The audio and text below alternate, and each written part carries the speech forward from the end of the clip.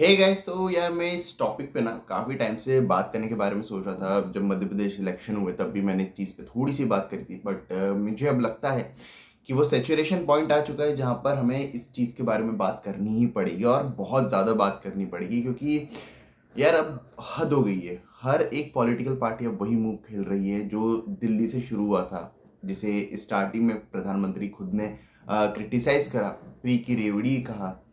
कहा कि ये सिर्फ जनता को गुमलाने के लिए है, जनता का पैसा बर्बाद करने की स्कीम्स हैं।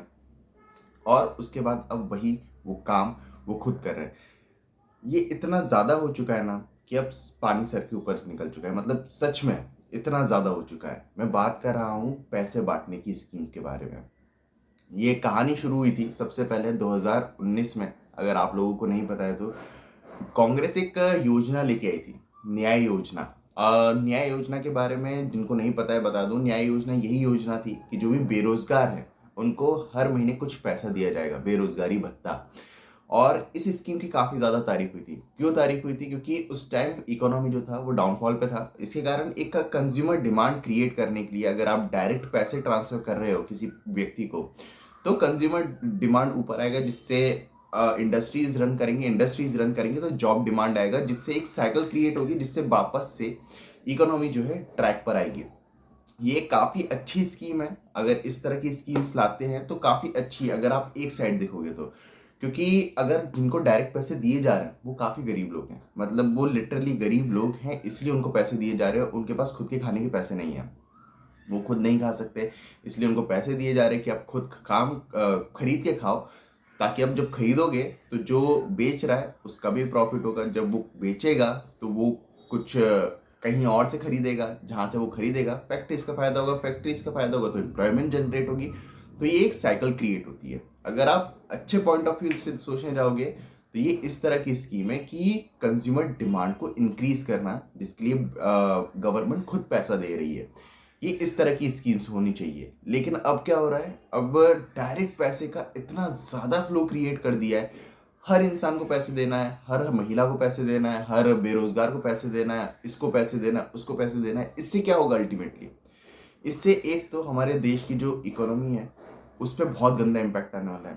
उससे बड़ी बात, अगर आपको इकोनॉमी के बारे में थोड़ा बहुत भी पता है तो बता दूं कि इससे ना महंगाई, इन्फ्लेशन ऊपर जाएगा। इससे हमारे पैसे की जो वैल्यू है वो कम होगी। इसका एक एग्जांपल मैं आपको देता हूँ कि मान लो 10 लोग हैं, हर इंसान के पास एक एक हज़ार रुपये हैं और 1 किलो चावल है। तो हर इंसान बोलेगा कि मुझे ये चावल दे दो।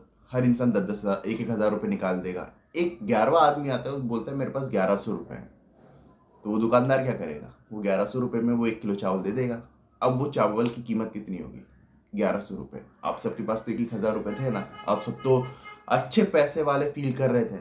लेकिन अब उन पैसों से आप 1 किलो चावल भी नहीं खरीद पाओगे, क्योंकि उस चावल की कीमत 1100 रुपये हो गई है। ये कैसे हुआ? ये इस वजह से हुआ कि सबके पास इक्वल पैसा था।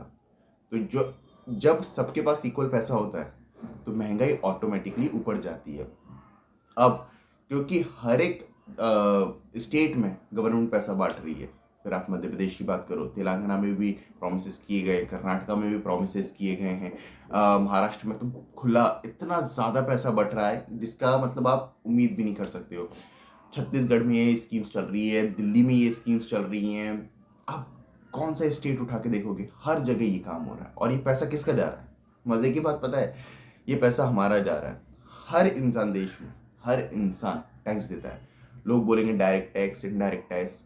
यार indirect tax, sorry, direct tax को आप हटा दोगे ना तो इनडायरेक्ट टैक्स टैक्स जो होता है वो हर इंसान देता है। अगर आप एक चॉकलेट भी खरीदने जा रहे हो तो उस पर आप टैक्स पे कर रहे हो। अगर आप बाहर रेस्टोरेंट में खाना खाने जा रहे हो उस पर आप टैक्स पे कर रहे हो। आप ट्रेन में बैठ रहे हो, फ्लाइट में बैठ रहे हो, बस में बैठ रहे हो, हर एक चीज़ पे आप टैक्स देते हो, इनडायरेक्ट टैक्स। और जब आप उन सारी चीज़ों पर टैक्स दे रहे हो तब जाके वो गवर्नमेंट के पास पैसे जाता है, और गवर्नमेंट उसी पैसे को उठा के आपको स्कीम्स के थ्रू भी दे देती है कि जाओ खुश रहो। और आप बोलते हो अरे बाप रे, गवर्नमेंट ने तो 1500 रुपये दिए, चलो इन्हीं को वोट देंगे। यार आप वोट तो दे दोगे, लेकिन उसके बाद क्या होगा? एक्चुअल सोल्यूशन क्या है इसका? क्या हर अभी 1500 दे रहे हैं, कल 2000 देंगे, कल 4000 देंगे? इससे निकलेगा क्या? आप जहाँ थे वहीं रहोगे, आपका कोई भला नहीं होने वाला है। ये फैक्ट है और इस पे कोई बात नहीं कर रहा है। एक्चुअल रेजोल्यूशन है कि यार एम्प्लॉयमेंट जनरेट करो, गरीबी हटाओ, गरीबों को मत हटाओ या गरीबों को शांत मत करो, अपीज मत करो। अगर आप उनको पैसे देके अपीज करते रहोगे तो इससे तो देश का ही नुकसान है ना।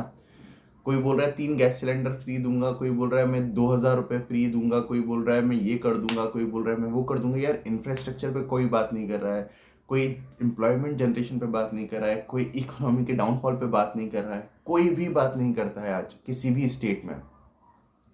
हर दूसरा व्यक्ति आता है बोलता है कि ये गलत है, वो सही है, वो सही है, ये गलत है, हम पैसा देंगे, हम पैसा देंगे, हम पैसा देंगे। यार आप पैसे के पीछे क्यों भाग रहे हो? इतने ट्रांजैक्शनल आप बनना चाहिए, हर एक व्यक्ति को ट्रांजैक्शनल बनना चाहिए अपने पॉलिटिक्स के साथ, लेकिन वो ट्रांजैक्शन आपका डायरेक्ट नहीं होना चाहिए। अगर आपका जो विधायक है वो आपके नाले रोड सही नहीं कर रहा है, वो ट्रांजैक्शन होना चाहिए। ये नहीं होना चाहिए कि आपका विधायक आपको पैसे दे, आपको 5-5 हज़ार रुपए दे कि वोट दो वोट दो, वो ट्रांजैक्शन नहीं होना चाहिए। क्योंकि ये सारी चीज़ें इतनी ज़्यादा हो चुकी है कि ये अब हम पे बोझ आने वाला है और ये हम पर ही बोझ आएगा। हमें पैसे मिलेंगे और हम ही उसका बोझ भी सहेंगे।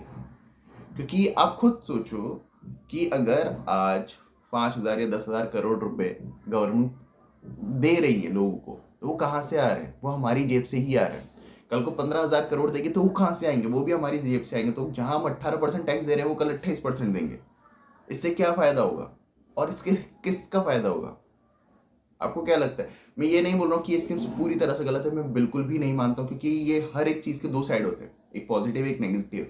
पॉजिटिव साइड जैसे मैंने स्टार्टिंग में बताया कि एग्जैक्टली मीनिंग क्या होना चाहिए इस तरह की स्कीम्स का, और अभी मैं बात करूँ इसका नेगेटिव इम्पैक्ट क्या है। अच्छी चीज़ें भी काफ़ी हैं यार, क्योंकि अगर आप उन फैमिलीज के बारे में सोचोगे यार जिनके महीने की तनख्वाह ही 4-5 हज़ार रुपये है, जो पूरी फैमिली 4-5 हज़ार रुपये पे सर्वाइव करती है, और उनकी फैमिली में आप 2,000 रुपये डालते हो उनके अकाउंट में, जो 5,000 रुपये था वो 7,000 रुपये हो चुके हैं, उनके लिए इम्पैक्टफुल अमाउंट है वो 2,000 बहुत मायने रखते हैं उनके लिए। वो 2,000 रुपये से अच्छा खाना खा सकते हैं, बच्चों को स्कूल भेज सकते हैं, ढंग के कपड़े पहन सकते हैं, शायद ढंग की जगह पे भी रह सकते हैं। उनके लिए बहुत इंपॉर्टेंट अमाउंट हो जाता है वो। मैं एक एसी कमरे में बैठकर ये ज्ञान देना कि वो 2,000 रुपये नहीं देने चाहिए, ये नहीं करना चाहिए, बहुत आसान है। उन लोगों की लाइफ बहुत ज़्यादा डिफिकल्ट है जो लिटरली उस स्कीम का बेनिफिट उठा रहे हैं। ये बात सच है, क्योंकि जिन लोगों को लिटरली ज़रूरत है उनका इम्पैक्ट दिखता है। यार जिनके पास घर में खाने के लिए पैसे नहीं है और गवर्नमेंट उनको 2,000 रुपये दे दे तो उनकी लाइफ चेंज हो सकती है। 2,000 रुपये में किसी भी घर का एक ठीक ठाक से राशन आ सकता है जो महीने भर चलेगा। तो आप ये इस तरह से सोच के देखोगे तो काफ़ी ज़्यादा खतरनाक स्कीम है, काफ़ी अच्छी स्कीम है। लेकिन वहीं आप दूसरी तरफ देखोगे कि हर इंसान को पैसे बांट देना फिर वही नुकसान है। मुझे ये नहीं समझ आ रहा है कि ये कहाँ जाके रुकने वाला है, क्योंकि अब हर एक गवर्नमेंट हर एक स्टेट में यही काम कर रही है, और मुझे तो इसका सोल्यूशन नहीं पता है कि ये कहाँ जाके रुकेगा जब तक हम खुद जागरूक नहीं होंगे। हम खुद लोगों को, गवर्नमेंट को नहीं बताने वाले हैं कि यार इससे हमारा भला नहीं है, हमें जॉब दो, हमें पढ़ाई दो, कराओ, हमें अच्छी हेल्थ एजुकेशन है, हेल्थ की सुविधाएं दो, तब जाके हमारा कुछ होने वाला है। अगर यही सब चलता रहा, इसी तरह से पैसे बढ़ते रहे, एक दिन आएगा जब आपके पास पैसे होंगे बट वो पैसे किसी काम के नहीं होंगे, क्योंकि महंगाई इतनी ज़्यादा बढ़ चुकी होगी। जब आपको पता होगा कि 10,000 रुपये में यार आपका 2 दिन का खाना नहीं हो रहा है। महंगाई इसी तरह से तो बढ़ती है। अगर आप थोड़ा इकोनॉमी को समझते होते, या फिर अगर आप ये समझ पाते कि महंगाई किस तरह से बढ़ती है, इन्फ्लेशन क्या होता है, तो आप इन सारी चीज़ों को काफ़ी अच्छे से समझ पाओगे। और लिटरली इन सारी चीज़ों को सबसे गंदा बोझ आएगा middle class, upper middle class पे, क्योंकि वो सबसे ज़्यादा टैक्स पे करने वाले हैं।